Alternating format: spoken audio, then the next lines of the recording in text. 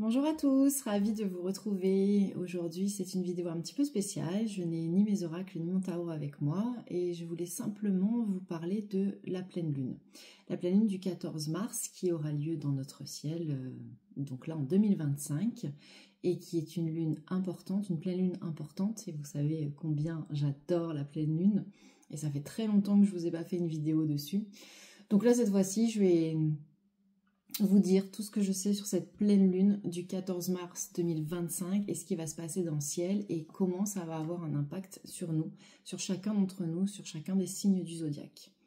Donc c'est une lune, une pleine lune qui va avoir lieu en Vierge, donc signe complexe déjà, et elle s'appelle la lune de Ver.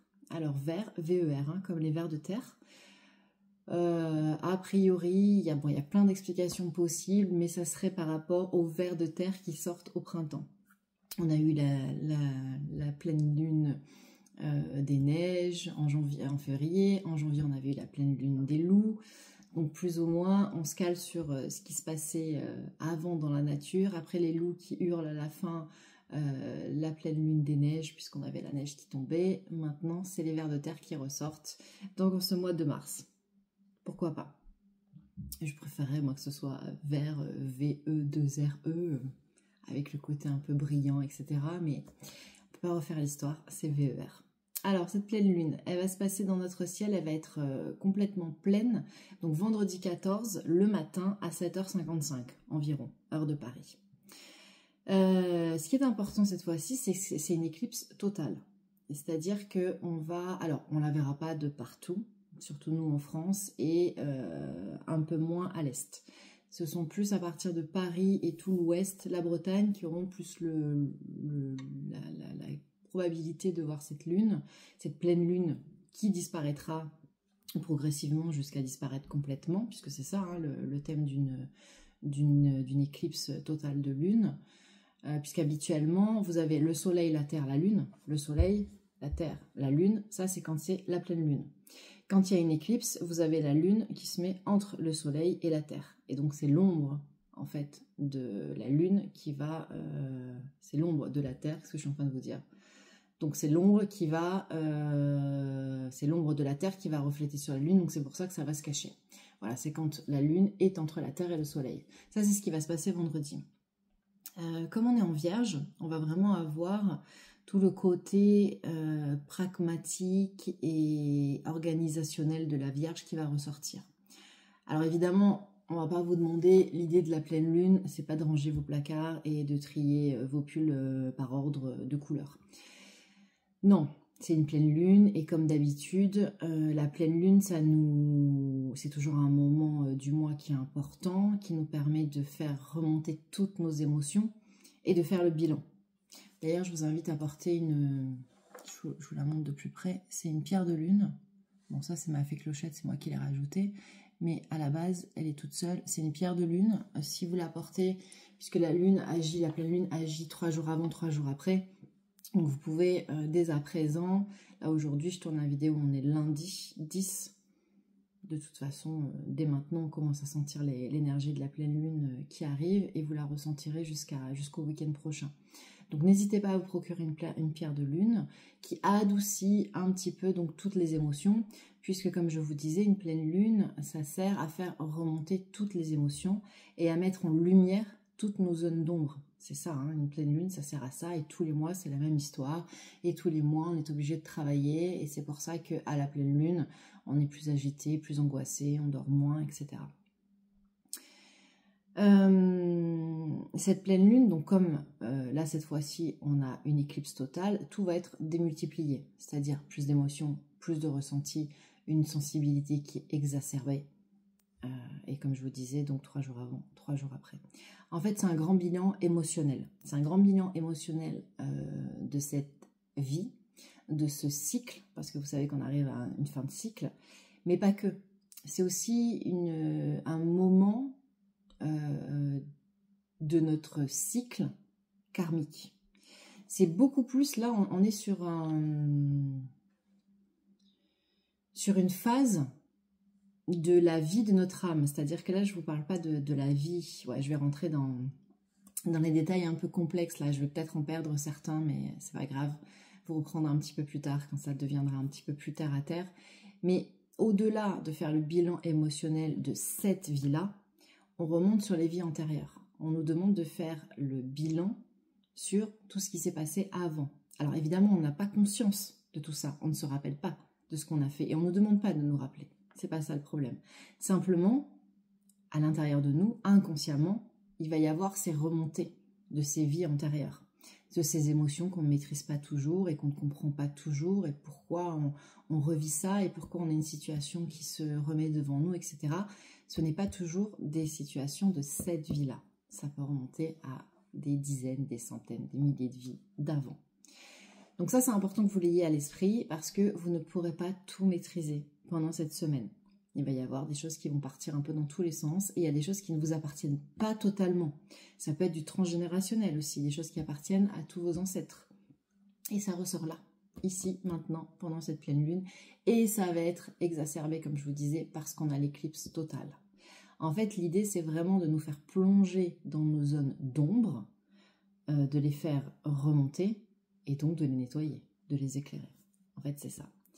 Donc en fait, on va nous inviter à faire le bilan émotionnel de notre vie et nous demander ce qui est bon pour nous et ce qui l'est beaucoup moins.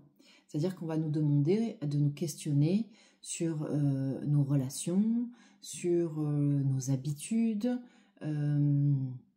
sur notre façon de penser. Voilà. Qu'est-ce qui est bon pour nous? Qu'est-ce qu'on doit changer? Qu'est-ce qu'on doit garder?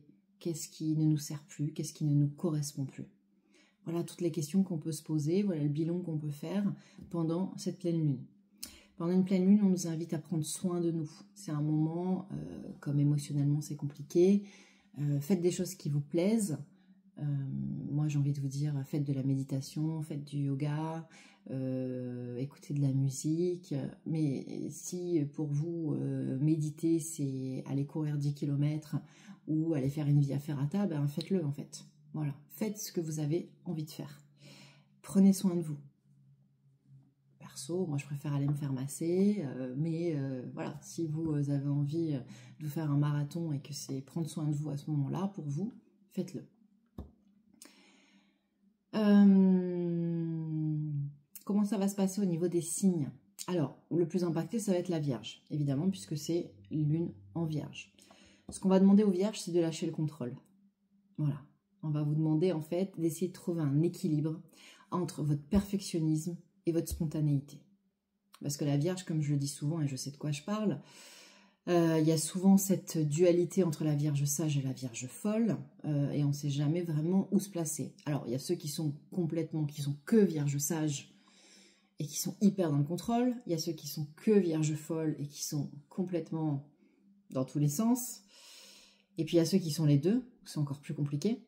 Donc là, on nous demande d'essayer de trouver un équilibre, un juste milieu entre cette Vierge sage et cette Vierge folle. Entre ce contrôle qu'on veut toujours avoir et cette spontanéité qui des fois nous dépasse. Je dis nous parce que je sais de quoi je parle, je suis Vierge. Donc essayons de trouver un